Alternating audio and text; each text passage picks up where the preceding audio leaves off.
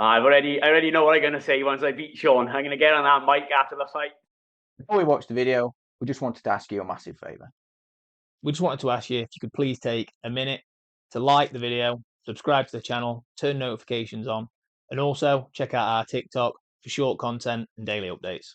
We really want to keep growing the Boxing 365 community and keep making content like this for yourselves, the boxing fan. And most of all, thank you and enjoy the video. Hello everybody and welcome back to Boxing 365 for our newest episode of Next Card in the Deck. And this week we'll be looking at the next card, which is going to be at Park Community Arena Sheffield, courtesy of Izzy Azif and GBM Sports, and that will be live on the Zone. And it's going to be Ben Crocker and Sean McComb who will be heading up the event. And so we'll start off here. Yeah, absolutely. Interesting one. I'm going to start with the B side. The B side. The B side. The B side that I think is the A side. It's got to be the favourite going in. Sean McComb. Yeah, so he's had a bit of a tough time of it. I mean, for me, he should have beat Arnold Barboza. I say should have. He beat Arnold Barboza. A little bit robbed there, you think? 100%, yeah, 100%. McComb boxed the absolute fight of his life, put in a really good showing. Didn't get the decision, and look, it's boxing. We had Paddy Donovan, Lewis Crocker last week. A lot of people have gone the route of Paddy did enough. Yeah. And it's subjective. And Sean doesn't seem particularly sort of heart broke because of it. He's kind of got on with it, head down, and gone, you know what, we'll carry on. But I do feel for him. But Ben Crocker, still a little bit unproven. Not got any huge wins. But no, again, neither Sean McComb. You know, he's been in there with a better calibre. Yep. But Crocker's coming off of a split decision draw, I think, with Tiernan Bradley. Yep, that's right. Yeah, it's an interesting one. It's an interesting one. It'll be interesting to see if Sean is as good as I think he is.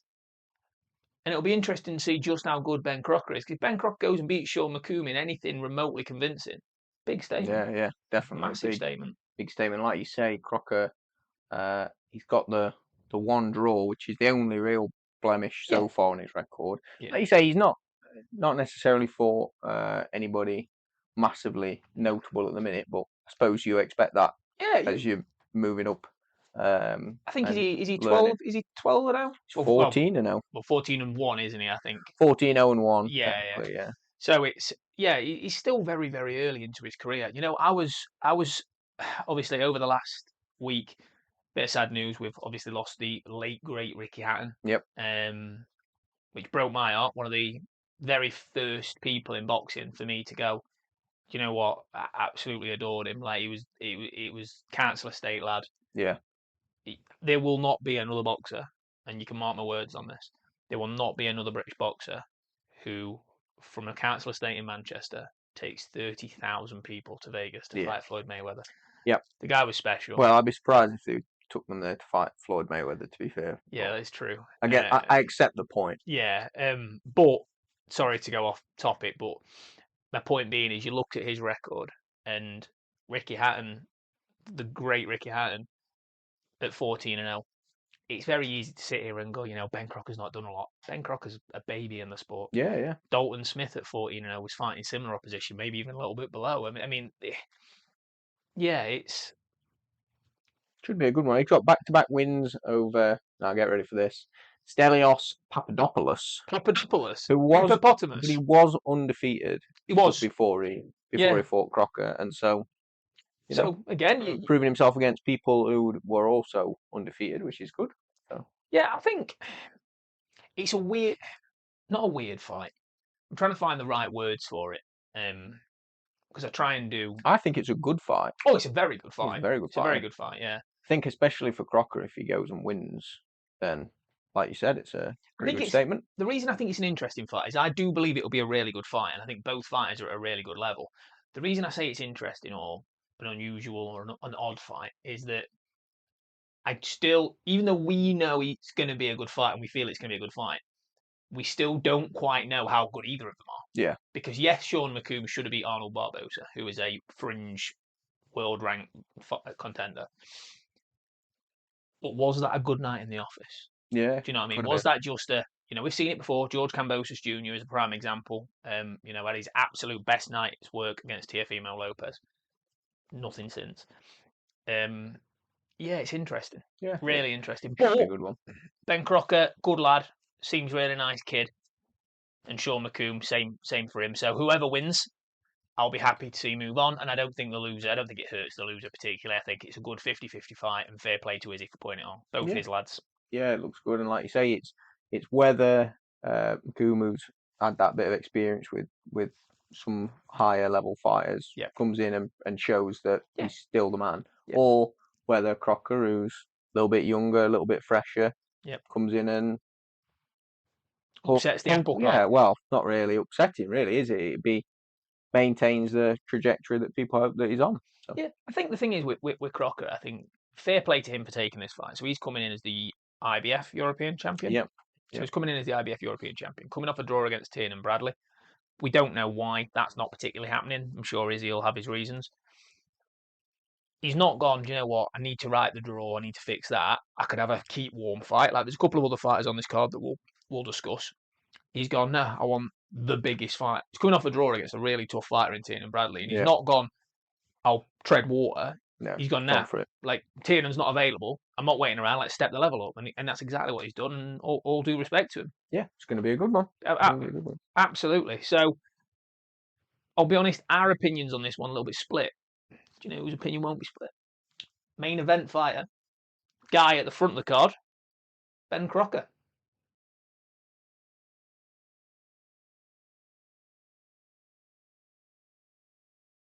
Afternoon, Ben. Welcome to Boxing 365. Really appreciate you taking your time to speak to us. This Saturday coming, you've got, obviously, biggest fight of your career, Sean McComb. How are you feeling? Yeah, good. No, thanks for having me on. I'm feeling good. I'm feeling probably the best I've ever felt. It's probably the hardest I've trained, or the most I've trained. I feel like I'm doing more workouts for this fight than any other fight. But no, I'm feeling great. I can't wait for it. Yeah, no, and I'll be honest. I mean, we've said it in our podcast when we did the recording yesterday. We feel this is your toughest opponent to date. Would you be in agreement with that? Yeah, definitely. He's been there, he's done it. He's been at world level, so it's definitely my toughest opponent. Definitely. Yeah, southpaw, tricky. Going to be working off that back foot. Difficult stance, difficult jab. What have you been working on in camp under Mr. Lockett to sort of challenge that? Exactly that, really. We know that he's going to be on the back foot. He's going to be throwing 3s and 4s, spinning off, moving. So the aim of it is to slow him down and to stop him moving. But I'm not really like a come-forward fighter anyway. So I think my style might put him off a little bit, and he might have to change his game plan during the fight. But no, we're well prepared for it. I've been sparring southpaws who are tricky movers. But yeah, me and Gary go round by round with the game plan. Obviously, we go in there with what we think is going to work, but then every fight's different. You just don't know what will happen in there. So each round, we go off the previous round. Like that. Yeah, absolutely. You mentioned there about your sparring.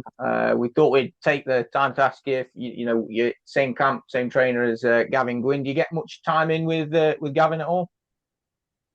For my last 3 fights, when I boxed Stelios twice and Tina Bradley, me and Gav were just sparring my whole camp for the last 3 fights.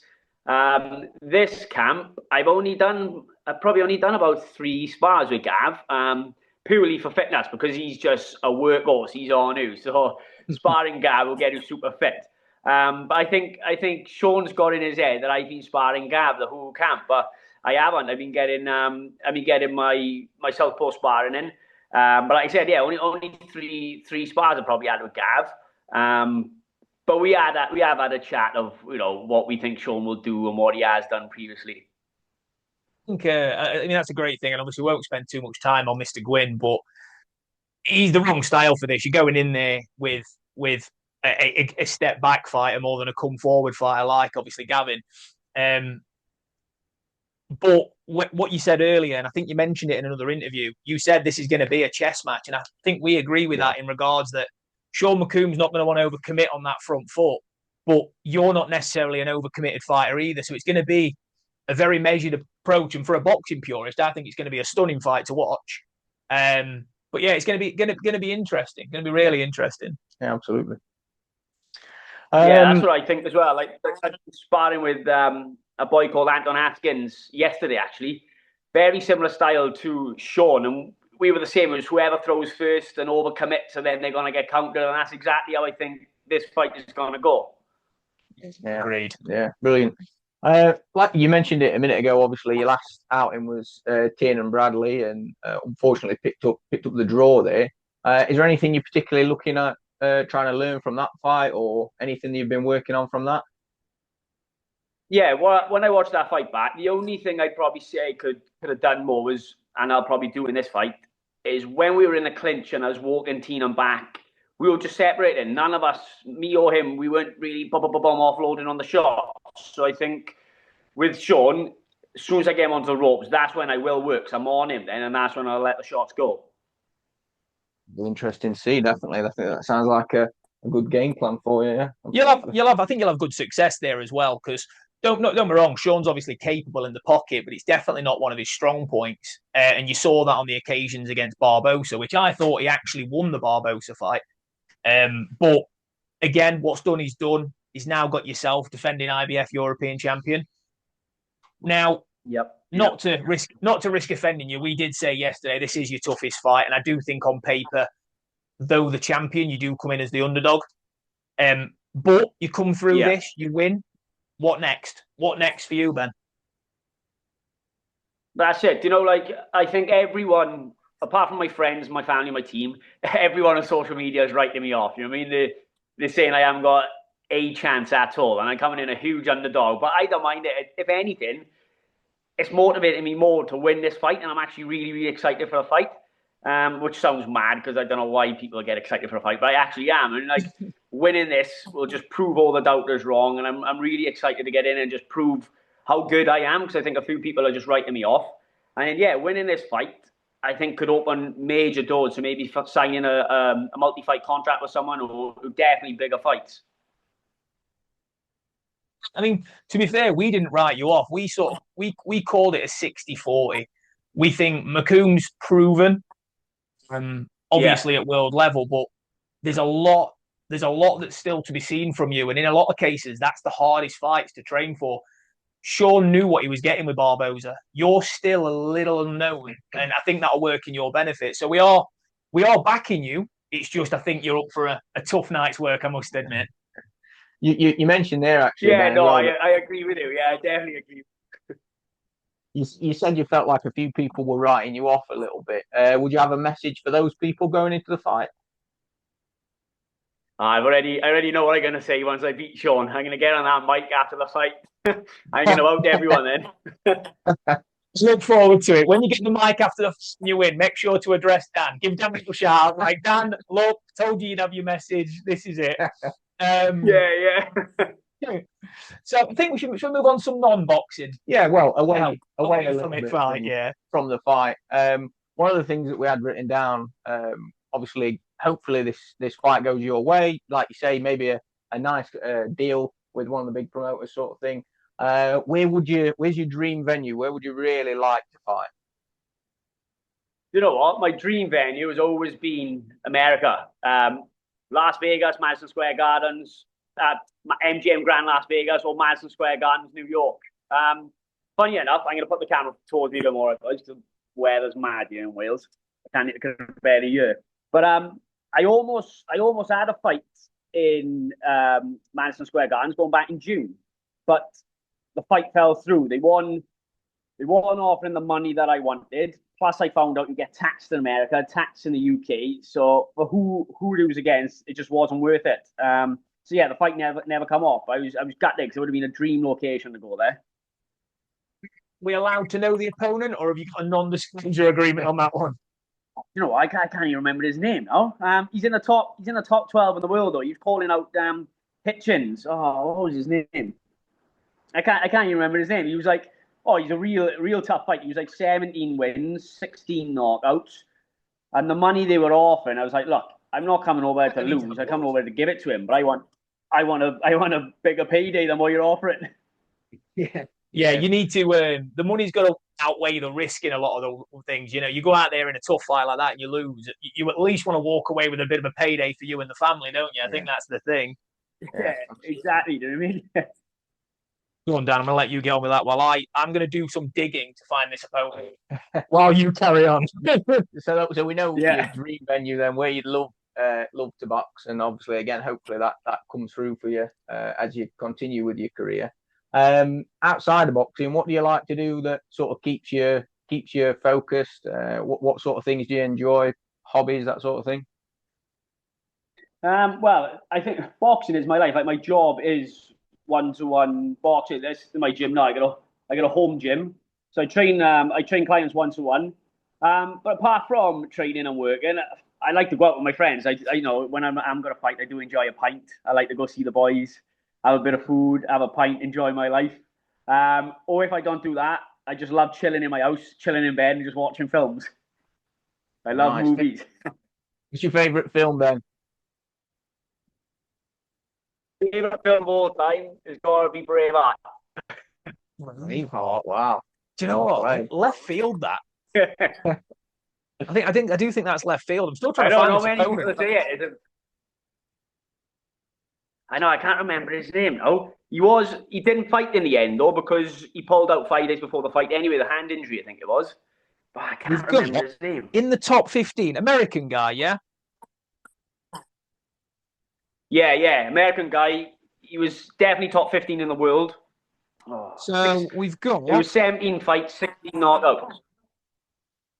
Here we go. Ernesto Mercado. That's it. Yeah. Tito, they call him. Yeah, that's it. That's it. Yeah, Tito. That would have been... I mean, do you know what? That's an absolute cracker, but that would have been a tough test. Yeah, really tough. Coming off some really good results on box, right? Definitely. And what they were offering, it wasn't worth my time going there. I mean, it's like, no chance. This is a dangerous fight. I want a bigger payday than that. Yeah, I don't blame you for that, mate. Absolutely. I don't particularly fancy getting punched in the head for not a great deal of money, I'm going to be honest. Absolutely not. Yeah. Brilliant. Right. The last thing. So we have interviewed a couple of people previously, and one of the people we interviewed was Troy Williamson. And we asked him to leave a question for the next person that we spoke to. And he said he wants you to pick your favourite boxer, past and present. So somebody who's currently fighting and who you were looked up to in the past. Oh, straight away. Floyd Mayweather, Canelo Alvarez. All-time favourite. Wow. Yeah. What did you make of Canelo's last outing then? Oh, I was always back Canelo because he's my favourite, but I do really like Crawford, and I said to people, I won't be surprised. It wouldn't surprise me if Crawford won, but I wasn't expecting him to win in that fashion and that style and how easy he won. Yeah, it was a bit like that. It was a bit of a surprise, wasn't it? Absolutely. We said the same thing though, didn't we, with the Crawford Canelo? The problem is I'm a massive Canelo fanboy, but the realism of it is that Crawford was all wrong for Canelo, and if he was able to counteract that size, it was always going to be a tough night for Canelo, unfortunately. And that's how it turned out. And that's how she wrote. Brilliant. Well, thank you very much for answering that one. Exactly. Crawford was very strong. Yeah. Does Ben have a question for the next guest? Yeah, well, so we'll drop you a message as well, Ben, and ask you to leave a question for the next guest. It doesn't have to be boxing related; it can be anything. But say that's what Troy left for yourself. So. I'll think of something really random for the next guest. Please. Brilliant. Yeah, it doesn't have to be appropriate. Whatever you decide, Ben. Perfect. Yeah. Right. Well, that has actually brought us to the end of our questions for this one, Ben. And obviously, we can't wait to see you out, and we'll be looking forward to it, hoping that you do well. And obviously, you've got our wishes with you, and hopefully you come through it and get into those big fights in the future as well. Brilliant, boys. I appreciate it. I appreciate the support as well. It's just what I get through this one now. Bigger nights, bigger fights, and then we'll do another interview again then. Sounds a plan. Cheers, Ben. Thanks, mate. Thank you very much, boys. Ben. Thank you. Appreciate that. Okay. So we've heard from Ben. Now we'll go on through the rest of the card, I suppose. Absolutely. We've had Ben's views on bits and bobs of things. Yep. And clearly got a lot of belief. which is good. Gallagher. Gallagher and Ellie Hellewell. Good fight, that. It is for the British and Commonwealth Super Bantam titles. Yeah, so Gallagher 9-2, previous world title challenger. Lost to, I struggled to say the name, Ségolène Lefebvre. I think that's about right. Lefebvre. But is currently the holder of the British and Commonwealth titles, and so a very good fighter. Very good, very good. And I think we're starting to see, however, that there are still discrepancies on levels in women's boxing. And look, male boxing, we have poor world champions, and I feel a bit silly now because we said last week that Lewis Crocker would be one of the worst world champions. Hey, you said. Yeah, okay. I mean, it's a collective, but yes, I did say. And look, I stand by that. I think as soon as he steps in with anyone else, I think you've had your run. I think it's the Irish George Kambosos. We'll see. It's a bit harsh, actually. It probably is a bit harsh. Maybe when Crocker's lost a few and people realise maybe he's not that good, or it proves me wrong and he keeps knocking people out, then maybe we do Kambosos and Crocker. Time will tell. But I'm not going to oversell that fight. Tyson Gallagher and Ellie Hellewell. Yeah, good little fight. Tyson's been with GBM for a while. Yep. Had some really tough nights. She's at a really good point in her career where I think she's realised that she's not quite good enough for world level. But British level, Commonwealth, nothing, no shame of that. Yep. Chief support, co-main event, however you want to call it, at the Cannon Sheffield Park Community Arena. Yep. Great arena. I think it's going to be. It could be quite an interesting fight because Gallagher's obviously fought at world level. Yep. But Hellewell's actually 7-0. Correct. And maybe she's the one who's looking to reach those heights. Yeah. And Gallagher's sort of a stumbling block, perhaps. Yeah. So you've got, again, a little bit like the last time, we've got somebody who's proven to be fighting at a high level, and somebody who's aspiring to fight at that level. So it's in some ways it's a similar fight. Yeah, to the top of the bill. It is, yeah. And so it'll be interesting. Hellewell's actually got most recent win was over Stevie Levi, who has also lost to Tyson Gallagher. Yes. So maybe a bit of a, again, we know that's not how it works, but a bit of a yardstick. Styles make fights, don't they? Yeah, but a bit of an idea of, okay, well, they both managed to. Dave Allen manages Stevie Levy. Really? Fun fact. Fun fact of the day. Thank you. Fun fact for a Friday. That is a fun fact. Fun fact. Yeah, I completely agree. And Ellie Hellewell will have her aspirations, and she'll have her ambitions to go on and do what she needs to do in the sport. And you know what? She's talented. From what we've seen of her, she's talented.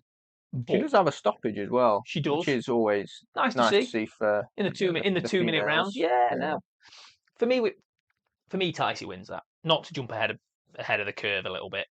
And the only reason I say that is you look at the people she's lost to. Tyson Gallagher lost to Ellie Scottney, who for me is one of the best female British boxers as it stands. Great fighter. She's tough. She's experienced. Interesting. Okay, right. Well, that, like you say, that's going to be an interesting one. We'll see how it goes.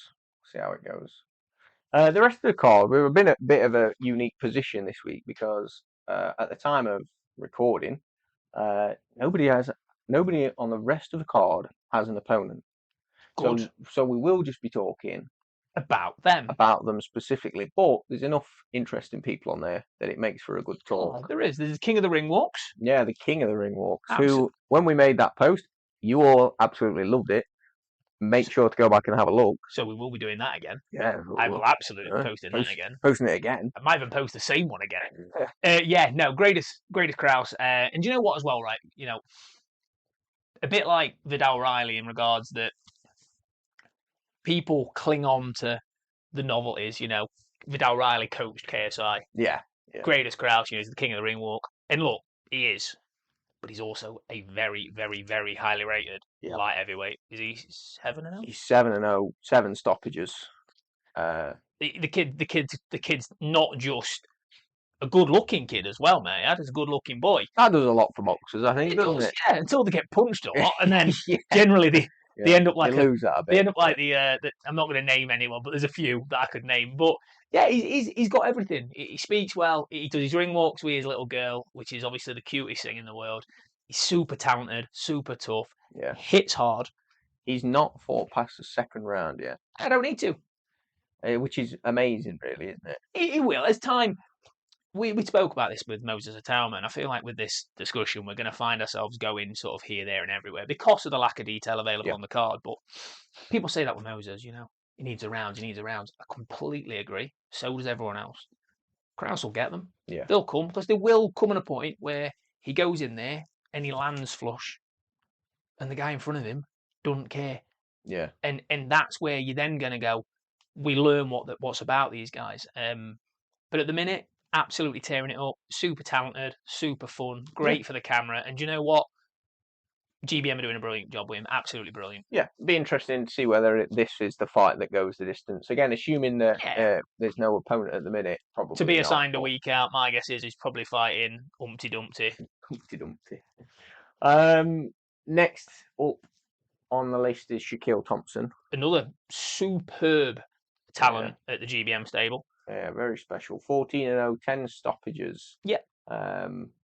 Looking to continue that streak, I expect, and I can't see that this is going to be that there's going to be any hiccups here. The only thing is that it's a bit of a shame, really, because, like you said, he's so talented, isn't it? We talked about it before. He need that big fight. He's had a few fights fall through. So his biggest fight to date and his biggest win to date, because obviously unbeaten, was River Wilson Bent, which absolutely tough opponent, proved his levels there. There's some really good domestic opponents out there who need fights. You look at people, and look, I'm not saying that Shaquille Thompson is necessarily at this level, but you've got Callum Simpson, local lad. Yeah. Do you know what I mean? Local derby. Callum Simpson on his own sells out the Oakwell. Yep. What an opponent, Shaquille Thompson. He's got a decent following. He'd bring his own. He's fought at European level. No disrespect to Callum Simpson. We're big fans of Callum. But Callum Simpson's still only proven at British European level. Yeah. It's a good fight. And I get, look, it's probably not the fight Callum wants. He wants the bigger names and stuff. But yeah, if you're waiting on those names, why not make a fight like that? Absolutely. A bit like what Crocker McComb's done. They've both gone, you know what? It's a good fight. Let's make it. It's a good fight. We both get paid. Yeah, absolutely. And I think with Shaquille, he's coming into this, I think it's only a 6-rounder. Yeah, I think so. Yeah. And look, whoever he gets, he's probably going to stop in them 6 rounds. So he probably don't need 6. Yeah. Let's make it a 4-rounder. So yeah, it is a shame. It is a shame. But I know he's got big plans for him. And I think 2026 we'll see him in some really, really. Yeah, he'll start to step up a bit. And I think so. We see, like you say, he obviously fought and beat River Wilson Bent, who's only really lost to good opposition. So tough European sort of British level fighter, River Wilson Bent. A lot was expected of him coming through as an amateur, but some people don't cross over quite as well. No, but no, a good opponent, very very good opponent. Absolutely. Next on the list, then we've got Noman Hussain. No man. One man. Super feather, 7-0. Is his ring walk name One Man? I think it's No Man. Well, his real name's No Man. His ring walk name. His ring walk name. His alias. Alias. Yeah, I think it's Noman, No Man. I know. I'd be wrong. We'll have to check that. No Man, One Man. Army. One Man Army. No Man Army. Listen, No Man is saying if you see this, Tom's got you a new name. Other than that, he's 7-0. He's got 4 stoppages. Yep. No, not really any big fights yet. I looked through, no big names or anything. Seems talented though. Yeah, definitely seems talented. And I think, again, on the basis that there's no fighter lined up for him for this, again, at the time of filming, which is a week out. Just under, yeah. It's probably not going to be a big name this time. But that's not, but again, 7-0. Doesn't need to be. 7-0, 8-0. You don't need that, unless you're going to be a superstar. Yeah. And even then, you don't really need a big fight at 8-0. And when you're saying superstar, you're talking the elite. You're talking Lomachenko, how quickly he stepped up. You're talking the likes of Cuban, Andy Cruz. No disrespect to obviously Mr. No Man Hussain. he's not at that level. Let's get him his rounds in. Let him have some fights. Let him do his learning. Yeah, absolutely. And we'll see. Once you get to that 10, you get to double digits. They're 10, 12, 13, 14. We start to see him stepping up the levels. But he's made a promising start, 7-0, and stopped for his opponents. So you can't really ask for any more than that. And hopefully, a super featherweight weight as well. Yeah. You know what I mean? These guys at super feather, the journeymen, are in there to do that. They do rounds quite regularly. They're not in there to get stopped easily like your sort of journeyman heavyweights. It's tough. 7-4 is a good record, and he'll have some good fights coming through for the future, I'm sure. Absolutely. The next person I've got written down here is Reece Mould. Yeah, love Reece. Reece. Do you know what? He's had some tough decisions. Yeah. But he's fought really good level. So he lost to Lee Wood, who obviously 2-time WBA featherweight champion. He fought Gary Cully, not in his most recent. I think he has had a fight since, but he has fought Gary Cully, which a lot of people had him winning that fight. And I'll be honest, I did a post that Gary's coming back. He's back in the gym training full time, but then he's posted that he's on holiday, so I'm not really sure. But irrelevant. But when I made that point that Gary Cully in the last 4 fights, for me, the only one he's actually won properly was Patera, because I think the Reece Mould fight got Robert Green there, really. Yeah. So Reece has had a bit of a hard time of it. So again, he's in there. It's another fight, get another win on the record, still to be assigned from an opponent point of view. Yeah. He is coming off the back of a loss, I believe, to Lewis Sylvester, but maybe I've got that wrong. Hey, you might be right, actually, thinking about it. It might have been. But I expect that this is probably going to be a bit of a confidence fight, a bit of again, on the assumption that it's not anybody who's looking for him for the fight. No. And he'll be looking for somebody just to get him back in his stride, and then on to bigger fights again. Back up to those big fights. And there's opponents out there. You look at people like, again, the Gary Cully thing. Gary Cully isn't going to be getting massive money in his next fight. He's not in a position to be demanding that coming off the loss to Maxie Hughes. Maxie Hughes won't fight Reece Mould because they share the same gym, which it's not gonna, you don't see it, do you? Not very often.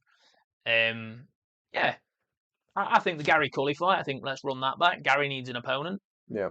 He needs to prove that he's at the level we thought he was going to be at, and the world thought he was going to be at, and Reece can show that maybe he's closer to that level than Reece Mould. Reminds me a bit like Lee Wood. Reminds me of that. I think every time you watch him, he gets a little bit more clever, a little bit cuter. Yeah. So it'll be interesting to see where he goes. There is also one other opponent I want to mention for this card. Yeah, I know you wanted to take the time before yourself, just to point we've got making his debut, I believe. Debut? It might be his second fight. It's his second fight. I'm checking the details to make sure I'm not giving you all guys the wrong. Yes, it is. It's his second fight. The highly rated Haris Akbar. Yeah. So I was quite surprised to hear that when Akbar signed with GBM. So he's a 2-time world champion, gold medalist. Wow. Silver Youth Olympian. He's won absolutely everything as an amateur. Not anything against GBM. It's just when you see that caliber of amateur, generally speaking, one of your big two. Your Queensbury or Matchroom generally snap them sort of ones up. But it just shows, to be fair, credit to GBM and credit to Izzy. Yeah. The work he's done in building that stable. It's attracting those people are now starting to go, do you know what? He's putting regular shows on. I'm going to get a decent spot. He televises all of his fights. And you're starting to see it more. So yeah, absolutely brilliant. Great fight. Yeah, and loads of good names and good faces on the card. And so it's going to be an interesting one. So we'll go into then our usual points at the end. Yes. So starting off with who you think, well, I tell you what, we can only really go for our top 2 here. So I'm just going to ask for your predictions for the fighters that we know their opponents. Crocker and McComb, how do you see it going? So we've had Ben on the show. And he's a nice kid. And I think he's got a lot of talent and a lot of potential. But I stand by my guns that I'm honest, and I need to be honest to myself on this one. I think Shawn, I'm not in my words, look, because he's going to come and beat me up. McComb wins this one for me. Okay, we'll see. Tyson Gallagher, Hellewell. Tyson looks like she's had a good camp. Ticey for me. She keeps the titles. Nice. Okay. So all the other ones below, they're They all all going to probably win. Yeah. If I guessed. If you were to guess. Fight of the night. I'll be honest, I think the main event's going to be a cracker. Crocker's not a puncher, but he's got high output, Yeah. comes forward, looks sharp. McComb, really clever, really Yeah. good on his back foot. It's going to make for an interesting fight. I'd be curious to see what happens. Yeah, and he's not a massive puncher either, so it's going to be. It's going to be good. It's going to be interesting. And, well, I mean, your upset of the night, I suppose, if you've gone with McComb as being there. Yeah, I mean, if you're going with the upset on paper,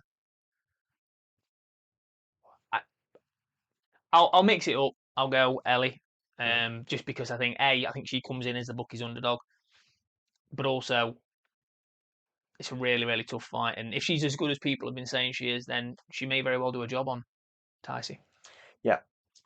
Just before we go into the final part, I'm going to ask you to give me a bit of a rating on the card. What do you think? What do you make of it? So far as a card of boxing goes, out of 10, how does this sit for you? Still learning how I want to rate these things. Well, remember that because when the DAZN Next Gen card, Pat McCormack, for example, I scored that really highly because I was judging that as what it was, which is a small hall Next Gen card. I need to judge this the same way for me. Yep. Think about the location. Oh, the location. I think it's the best small hall arena in the UK, bar York Hall, because York Hall is York Hall. But overall, judging it on a night of boxing, I'm going to give it a 7. Okay. Do you want an elaboration of why? If you've got an elaboration, that'd be lovely. I absolutely have. So you've got Sean McComb and Crocker at the top of the bill, who are two extremely talented fighters who could fight on any card throughout the UK, and that would be high enough up the card. Ticey Gallagher and Ellie, great fight. Even though they're not in the biggest fights, you've got some phenomenal names coming through. And to be honest, GBM put on a cracking show, and at that arena, you can have a good view. They've got a good drink facility. They've got good food on site. It's £55 a ticket. Phenomenal value. 7 out of 10 without a shadow of a doubt. Lovely. Right. We'll talk Rate the Robot then. The jingleless Rate the Robot. Jingleless Rate the Robot.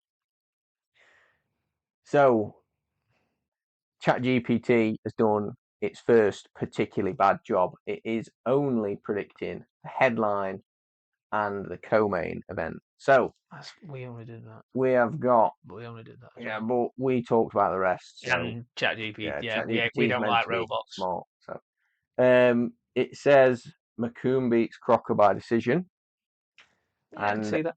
Hellewell beats Gallagher by decision. To be honest, Rate the Robot. It asks me if I want it to go deeper. I don't think I want any robot. I'm not that close with the robot to go any deeper. So I'm all right. Yeah. Well, I think to round it off, I think we've got a great little card. We've had the opportunity to speak to Ben, who's in a tough fight. He's a real live one in this one. Obviously, coming in as the defending champion. Yep. Got some really good talent, and I think anyone that's going, very fortunate. We're not able to. We have got other plans. Yeah, it's going to be a good night of boxing, and tune in live on DAZN, GBM, give you support, and we'll see you next time. Yeah.